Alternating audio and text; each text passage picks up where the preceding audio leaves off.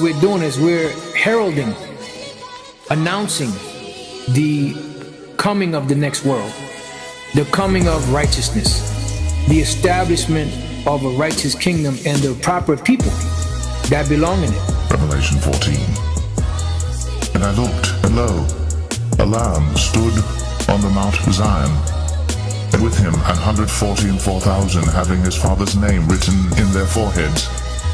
And I heard a voice from heaven, as the voice of many waters, and as the voice of a great thunder. And I heard the voice of harpers harping with their harps. And they sung as it were a new song before the throne, and before the 4 beasts, and the elders. And no man could learn that song but the 144,000, which were redeemed from the earth. These are they which were not defiled with women, for they are virgins. These are they which follow the Lamb whithersoever he goeth. These were redeemed from among men, being the first fruits unto God and to the Lamb. And in their mouth was found no guile, for they are without fault before the throne of God. And I saw another angel fly in the midst of heaven, having the everlasting gospel to preach unto them that dwell on the earth, and to every nation and kindred and tongue and people, saying with a loud voice, Fear God, and give glory to him, for the hour of his judgment is come, and worship him that made heaven and earth and the sea and the fountains of waters. And there followed another angel, saying, Babylon is fallen, that great city, because she made all nations drink of the wine of the wrath of her fornication.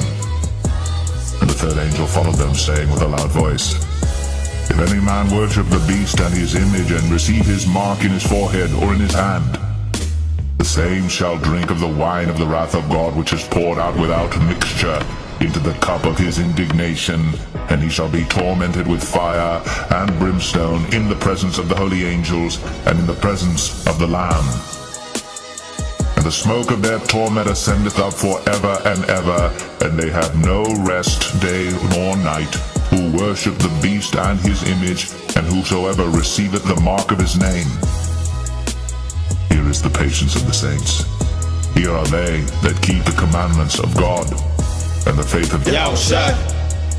And I heard a voice from heaven saying unto me, Write, Blessed are the dead, which die in the Lord from henceforth, yea, saith the Spirit, that they may rest from their labors, and their works do follow them. And I looked, and behold a white cloud, and upon the cloud one sat like unto the Son of Man, having on his head a golden crown, and in his hand a sharp sickle. And another angel came out of the temple, crying with a loud voice to him that sat on the cloud, Thrust in thy sickle and reap, for the time is come for thee to reap, for the harvest of the earth is ripe. And he that sat on the cloud thrust in his sickle on the earth, and the earth was reaped. And another angel came out of the temple which is in heaven, he also having a sharp sickle. And another angel came out from the altar which had power over fire, and cried with a loud cry to him that had the sharp sickle, saying, Thrust in thy sharp sickle, and gather the clusters of the vine of the earth, for her grapes are fully ripe. And the angel thrust in his sickle into the earth, and gathered the vine of the earth, and cast it into the great winepress of the wrath of God. And the winepress was trodden without the city, and blood came out of the winepress, even unto the horse bridles, by the space of 1,600 furlongs.